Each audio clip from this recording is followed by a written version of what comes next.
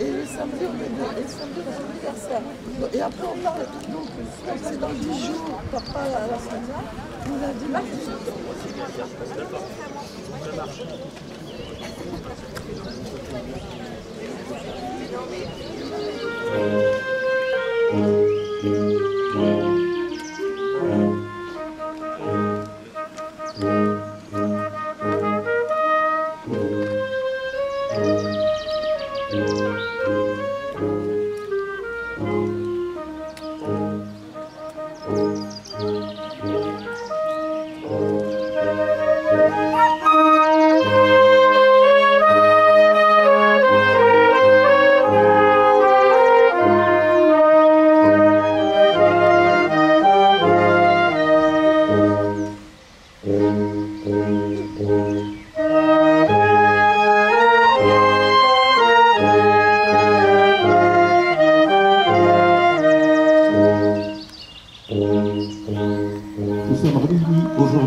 Commémorer le 77e anniversaire de la victoire de 1945.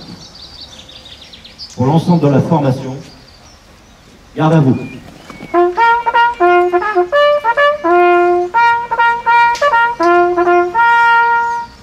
Au drapeau, attention pour les couleurs, envoyez.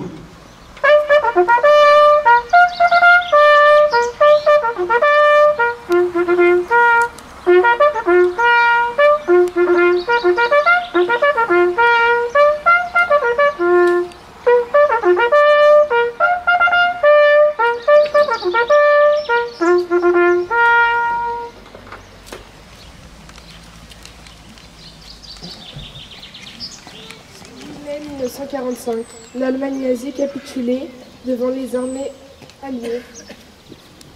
Le fascisme ultérieur était vaincu. La guerre en Europe prenait fin. La Seconde Guerre mondiale n'allait se terminer qu'après la capitulation. Le 2 septembre 1945, du militarisme japonais. En ce jour de commémoration, rendons hommage aux innombrables victimes civiles et militaires des combats meurtriers, des bombardements aériens, de la captivité, de l'internement, de la déportation, des exécutions et exterminations. Rendons hommage à tous les soldats alliés et français de la métropole et des territoires d'outre-mer, aux volontaires de la résistance, à tous ceux qui sur terre, sur mer et dans les airs unirent leurs forces pour vaincre le fascisme et le nazisme.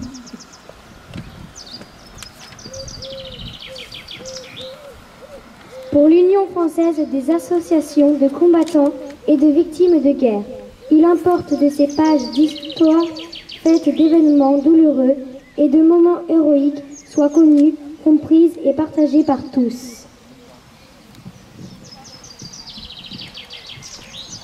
Aujourd'hui, le fanatisme religieux, le terrorisme, le réveil du nationalisme menacent la paix, la sécurité des peuples, la liberté et les droits de l'homme. Aussi fidèles aux souvenirs de celles et ceux qui ont sacrifié leur vie pour un monde sans guerre et sans haine, l'Union française des associations de combattants et de victimes de guerre, UFAC, appelle tous nos concitoyens à poursuivre le combat en faveur de la solidarité et de la paix. Vive la République, vive la France. Merci. La guerre a eu lieu, si tragique et terrifiante. Rien ne fut plus comme avant. Rassemblés et fraternels, nous ne l'oublions pas. La guerre a lieu, si proche et dramatique. Le visage de l'Europe en est changé. Rassemblés et fraternels, nous le savons. En ce 8 mai 2022, dans chaque ville et village de France, sur nos places, squares et jardins municipaux, devant nos monuments aux morts et mémoriaux, nous commémorons le 77e anniversaire de la fin de la Seconde Guerre mondiale en Europe, avec une singularité toute particulière, en écoutant les douloureux échos du temps. Le 8 mai 1945, notre continent voyait s'achever 5 années de tempêtes, de douleur et de terreur. Ivresse de la victoire, mais détresse face à l'immense sacrifice consenti. Dans cette joie bouleversée, les embrassades n'ont fait oublier qu'un temps, les villes ruinées, les campagnes exsangues, les proches disparus, les restrictions. L'humanité a payé le plus lourd tribut de son histoire. Elle a vu la barbarie nazie franchir le seuil de l'inhumanité et de l'indicible. Elle a découvert, stupéfaite et horrifiée, qu'elle pouvait s'anéantir elle-même. Chaque année, avec fidélité et reconnaissance, la nation porte son regard et son affection en direction de celles et ceux qui sont morts pour elle, vers celles et ceux qui ont combattu avec abnégation et qui ont contribué à abattre le fléau nazi. Nous nous souvenons du combat acharné des armées françaises et des armées alliées sur tous les fronts, des Français libres qui n'ont jamais cessé la lutte, du courage des résistants de l'intérieur, de chaque Française et Français qui a refusé l'abaissement de cette armée des Lumières dans l'obscurité.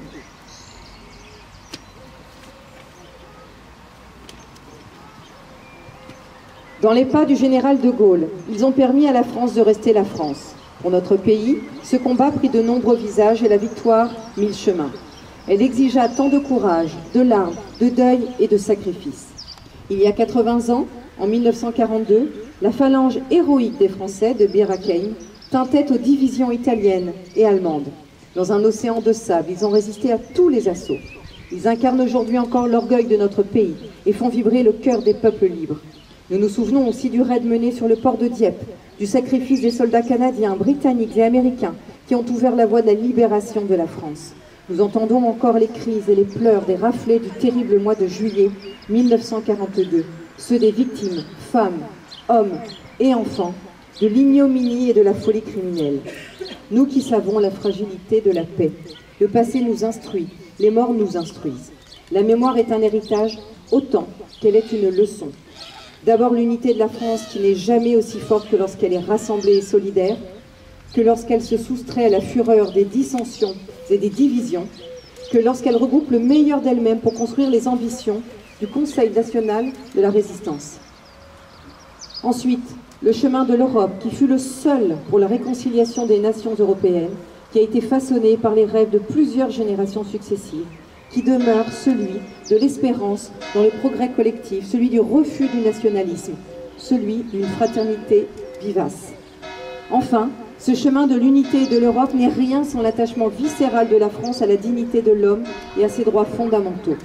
Ce combat, nous le poursuivons ensemble, inlassablement, en français, en européen, en femmes et en hommes libres.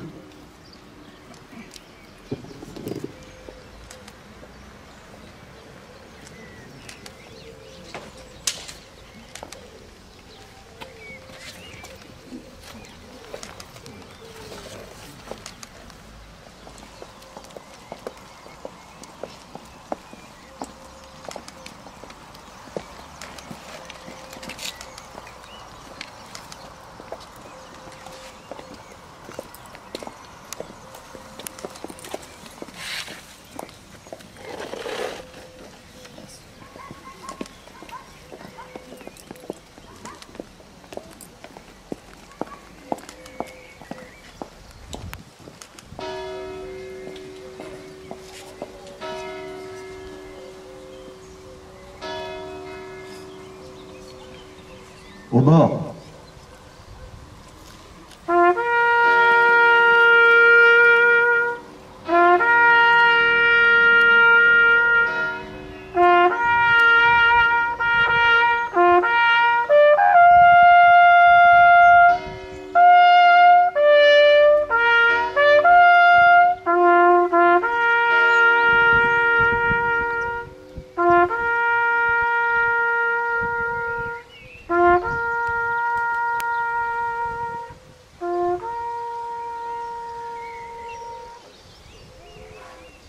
Observons une minute de silence en hommage à tous ceux qui ont donné leur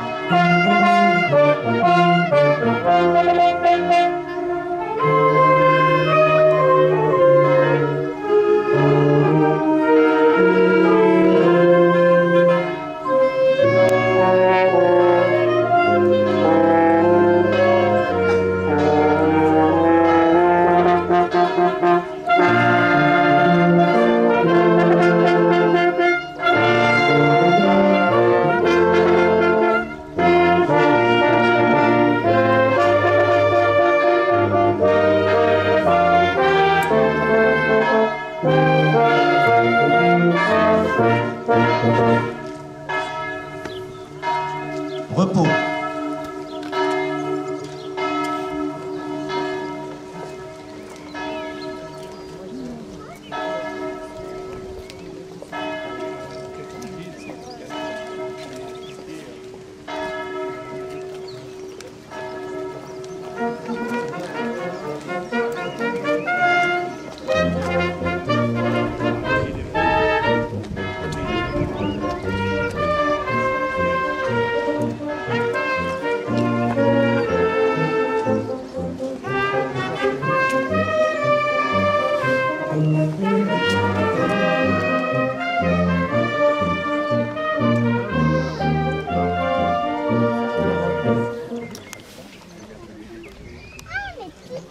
de nous séparer, dans le cadre du devoir de mémoire, j'aimerais citer deux noms. Celui du commandant Kiefer, qui a débarqué en France avec 177 commandos.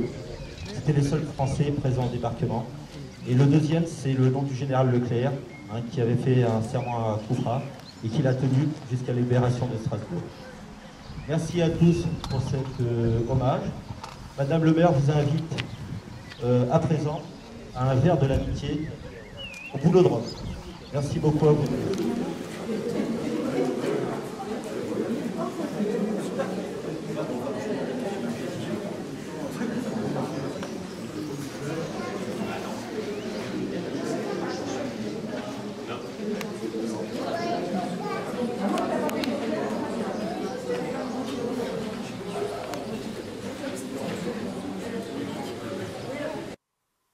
N'hésitez pas de mettre un pouce si vous aimez sur mes vidéos.